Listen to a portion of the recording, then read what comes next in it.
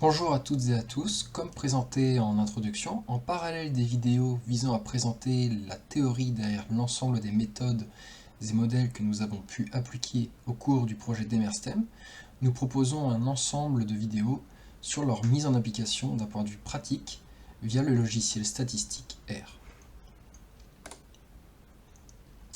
Dans cette vidéo, nous allons donc nous intéresser à la mise en application du modèle de production sous hypothèse d'un équilibre, d'un pseudo-équilibre, d'un ajustement en pseudo-équilibre.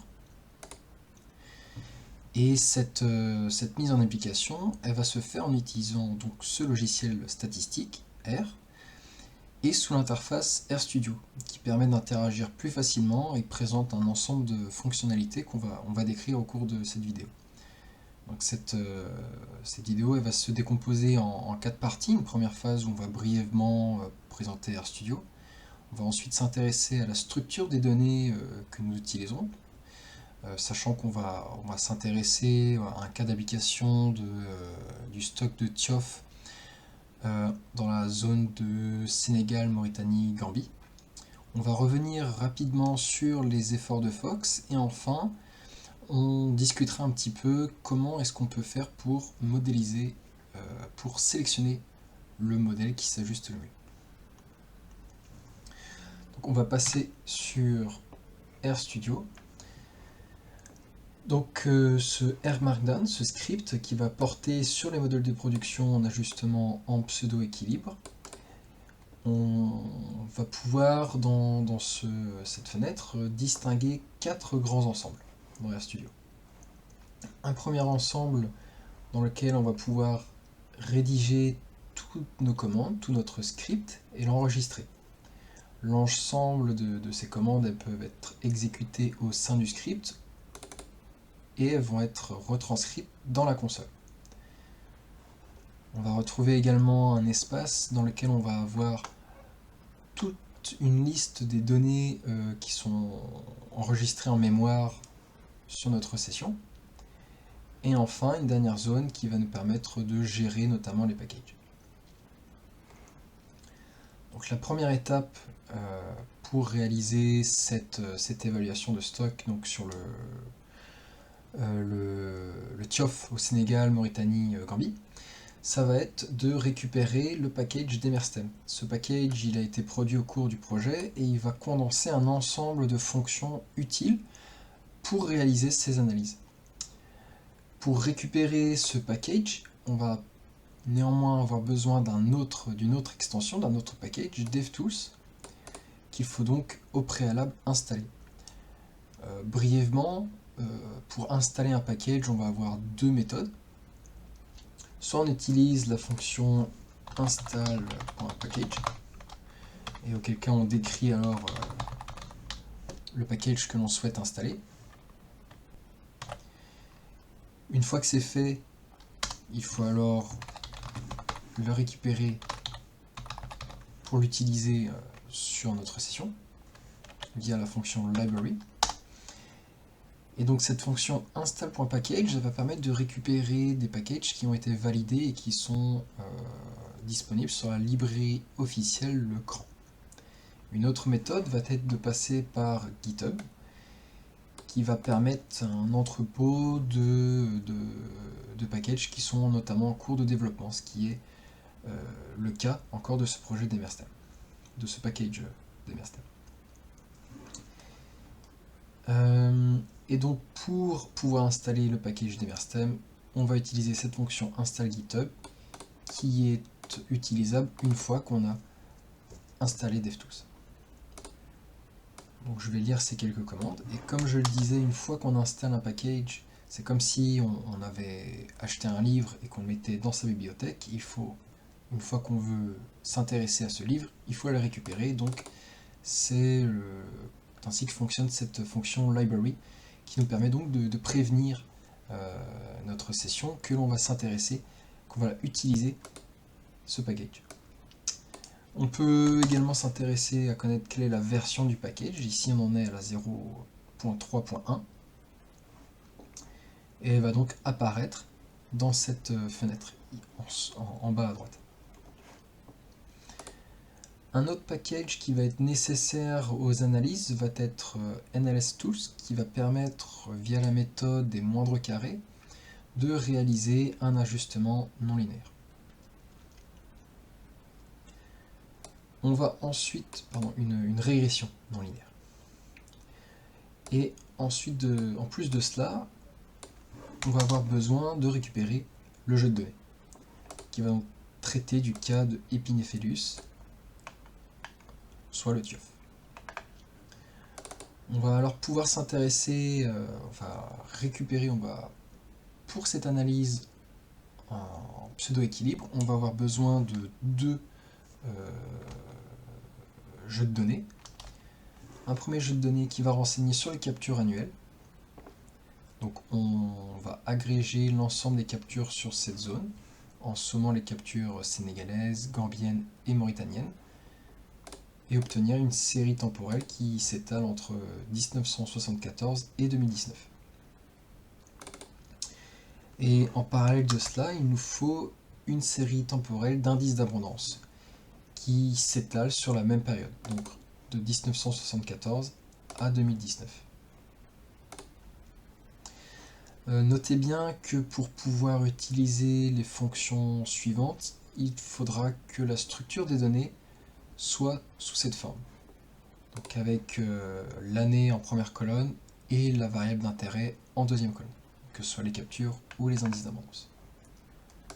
On peut s'intéresser à plotter, donc à représenter graphiquement ces grandeurs, qui nous permettent d'identifier que les captures ont énormément augmenté au cours de la période d'étude, jusqu'à atteindre un maximum en 2018, sachant que la zone,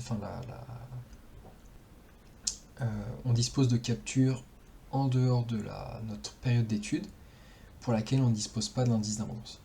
Donc on s'intéresse vraiment entre 1974 et 2019.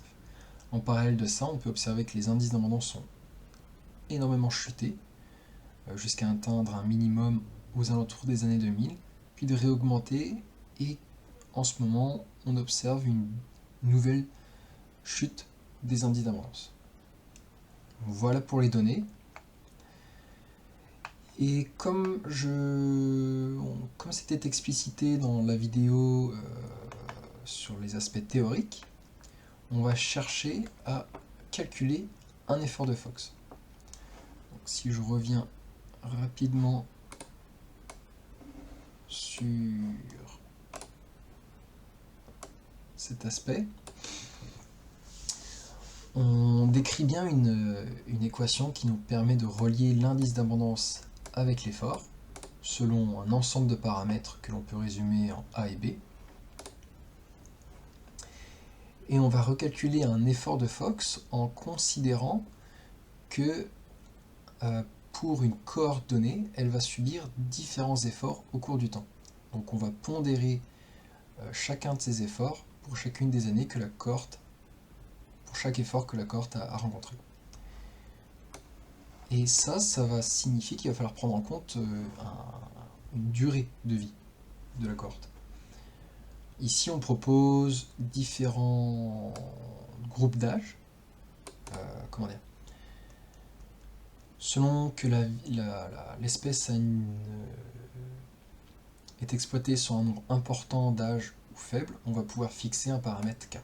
Donc, si l'espèce est exploitée qu'une seule année, on la fixe 1, c'est-à-dire que la cohorte, on ne va pas pondérer par les efforts des années précédentes. Au contraire, dans le cas du TIOF, où on considère qu'un nombre relativement élevé d'âges sont exploités, on va fixer le paramètre K à 5, et ce qui signifie que pour chaque effort, on va pondérer avec les 5 années.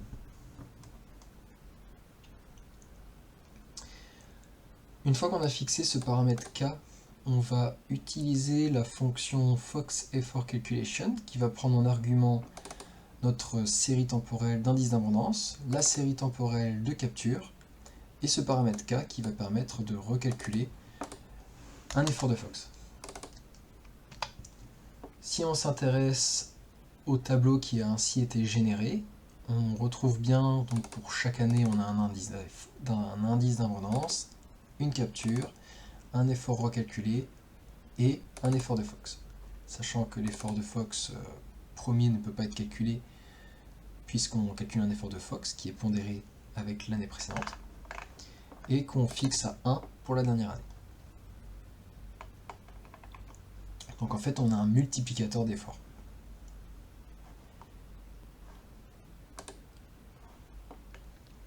On peut alors chercher à représenter là encore graphiquement cet effort dans le temps. Et on observe ainsi un effort donc théorique qui augmente au cours de la période. Et donc on dispose de toutes les données nécessaires pour réaliser notre ajustement statistique, c'est-à-dire que si je reprends cette diapositive, notre démarche de modélisation elle vise à réaliser un ajustement entre les abondances et l'effort. Pour cela, on peut utiliser différentes fonctions de production qui permettent de décrire ces relations. Et on va chercher à déterminer quelle est la meilleure relation. Ou plutôt, quel est le modèle présentant la meilleure qualité d'ajustement. Donc, dans un premier temps, on va s'intéresser au modèle de Fox, donc à la fonction de production de Fox. On va donc appliquer cette fonction de production. Pour cela, on va utiliser la fonction FoxModel qui va avoir en argument notre table d'effort de Fox qui contient l'ensemble des données nécessaires, des paramètres graphiques qui brièvement, on va avoir un titre et d'ailleurs le titre n'a pas été mis à jour, et un autre paramètre qui permet de définir la limite graphique sur laquelle on va observer l'ajustement. Ce sera plus clair quand on visualisera le graphique.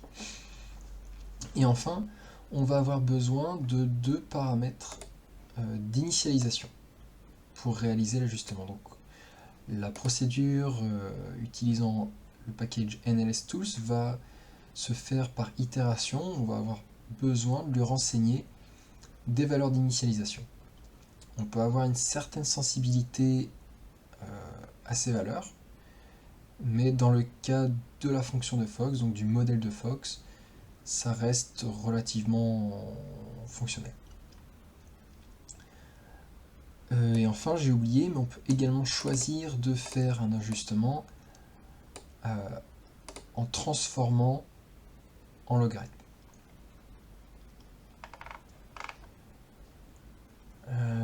Oui.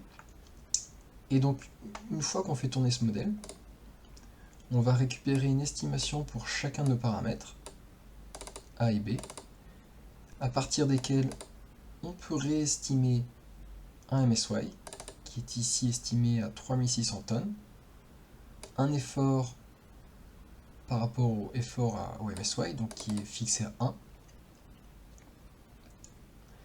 ainsi qu'un B par rapport à BMSY, et enfin un critère d'AIC qui va nous permettre de sélectionner le modèle selon sa qualité d'ajustement. On va le décrire maintenant. Le critère AIC, d'information AIC, il va réaliser un compromis en fait entre le nombre de paramètres et la qualité de l'ajustement. Donc il va permettre de prendre en compte que si on surparamétrise le modèle, on va avoir un ajustement qui va être potentiellement parfait, mais au prix d'un nombre de paramètres important. Donc ce critère de sélection d'information AIC, il va nous permettre de faire le compromis entre la qualité de l'ajustement et le nombre de paramètres utilisés. Et plus cette valeur est faible, meilleure est la qualité du modèle. Meilleure est sa qualité d'ajustement. Ici, on retient qu'on a un modèle qui a une qualité, on va dire, d'ajustement de 55. Et on va s'intéresser, je ne vais pas présenter les graphiques, on les regardera après. On va s'intéresser maintenant à la fonction de Pella-Tomlinson, qui est donc une autre fonction de production qui est un petit peu plus complexe, puisqu'elle fait intervenir 3 paramètres, A, B et M, ce paramètre de forme. La procédure d'ajustement elle va être un petit peu plus complexe à réaliser pour le package NLSTools parce qu'il y a un paramètre supplémentaire. On va donc être un peu plus sensible aux valeurs d'initialisation fournies et il va falloir être un petit peu plus précis sur ces dernières. Une solution, ça va être de considérer des résolutions de cette équation en prenant des valeurs types, ce qui va nous permettre d'avoir une valeur approchée qui soit représentative et dans le bon ordre de grandeur. Donc ici, par exemple, pour initialiser A, on peut par exemple supposer un M à une valeur de 0,5. On considère que la première année, pour la première année d'indice d'abondance disponible, l'effort de Fox est nul, auquel cas on peut résoudre alors cette équation assez simplement. Et on peut répéter cette même démarche avec la valeur de B.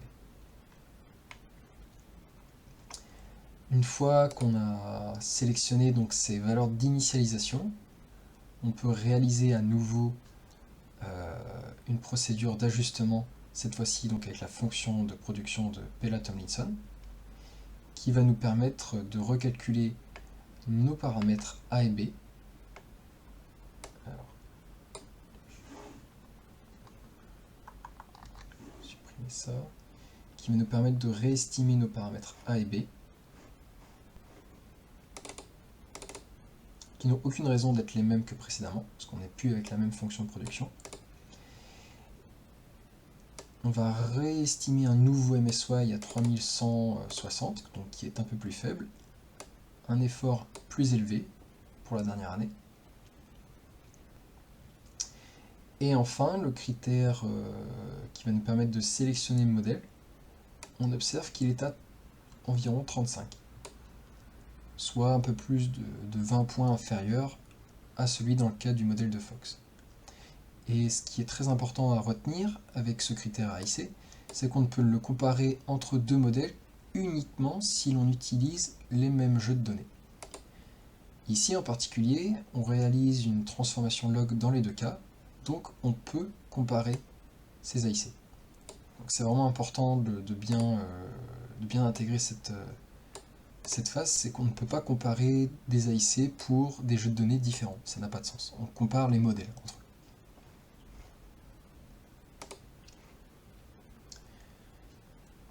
On peut alors, à partir de ce... Donc, je suis passé un petit peu rapidement, mais la fonction Generalized Model, elle fonctionne de la même manière que Fox Model. Et va nous permettre de récupérer un ensemble de graphiques. Donc, on va retrouver l'ajustement entre les indices d'abondance et l'effort en multiplicateur.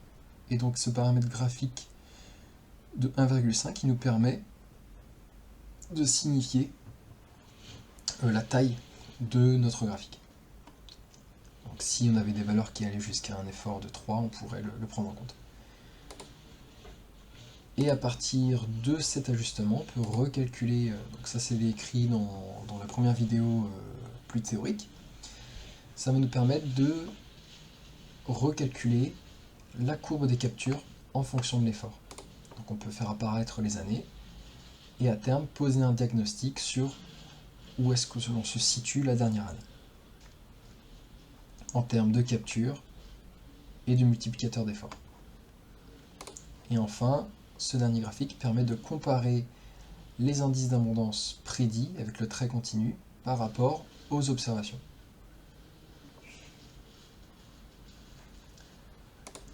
Voilà, donc ce qu'on a pu voir ici, c'est la structure des données d'entrée, elle est importante de bien la respecter. Ensuite, les procédures de modélisation, elles sont relativement simples à réaliser.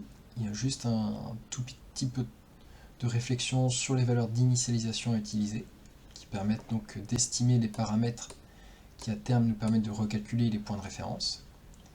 Et enfin, on peut comparer nos modèles grâce à ce critère d'information, qui nous renseigne sur la qualité d'ajustement du modèle, le critère AIC. Enfin, on va terminer brièvement avec un petit aspect, enfin quelques remarques sur l'utilisation des R Markdown. Donc, juste avant ça, on peut résumer tous nos résultats avec un tableau qu'on peut gérer automatiquement, qui va donc nous retranscrire l'ensemble de nos estimations et permettre de les comparer. Et l'intérêt d'utiliser les R Markdown, c'est qu'on va pouvoir knitter ce script au format d'un rapport, soit sous Word, PDF ou d'une page HTML par exemple. Et l'intérêt de cette démarche, c'est qu'on va pouvoir donc décrire des espaces dans lesquels on code. Donc on réalise un ensemble de commandes qui nous permettent de transformer, d'étudier, de travailler sur nos données, en parallèle de zones de texte dans lesquelles on va pouvoir décrire, commenter, ou plus simplement interpréter l'ensemble de nos résultats. Selon la longueur de notre code, cela va être plus ou moins long. Donc là, il y a une petite erreur. Une petite erreur qui nécessite d'utiliser un autre package. Bon, je le décris pas plus que ça. Ce package Cowplot, il permet juste d'utiliser cette fonction plotgrid. Donc je la décris pas plus que cela. Mais ça permet de faire intervenir un point assez intéressant, c'est que d'utiliser cette fonction knit, on va considérer en fait que l'on repart d'une nouvelle session vierge dans laquelle on n'a aucune donnée qui a déjà enregistré. Autrement dit, notre espace ici, il est vide, en haut à droite. Et donc, si on veut tester si notre script est proprement construit, c'est une bonne méthode parce qu'il va automatiquement nous renvoyer là où il y a une erreur, là où il manque quelque chose. Si par exemple il y a un jeu de données que j'utilisais précédemment et que je ne me rappelle pas au début de mon script, et que pour autant je l'utilise dans la suite, et bien tout de suite je vais avoir un message d'erreur. Donc c'est ce qui s'est passé ici, c'est-à-dire que moi quand je travaille en interne là sur mon PC, j'avais déjà enregistré ce package, mais quand je veux le knitter, il faut le rappeler systématiquement au sein du script. C'est-à-dire que ce script doit pouvoir fonctionner de manière indépendante de tout le travail que j'ai réalisé en amont. Et donc à terme, ça nous permet de vérifier s'il est fonctionnel, tout simplement, et si on peut le transmettre. Parce que c'est bien ça le principal atout de travailler avec R Markdown, c'est que l'on va pouvoir diffuser plus facilement l'ensemble de nos résultats. Alors, cette démarche elle peut prendre un petit peu de temps, selon la taille et le nombre de lignes de script et si les opérations réalisées sont plus ou moins lourdes. Et à terme, il permet de récupérer,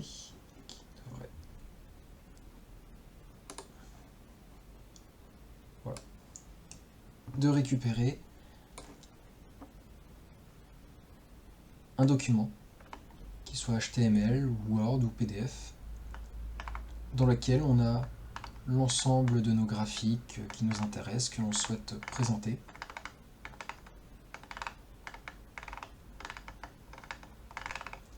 Et qui s'accompagne de zones de texte.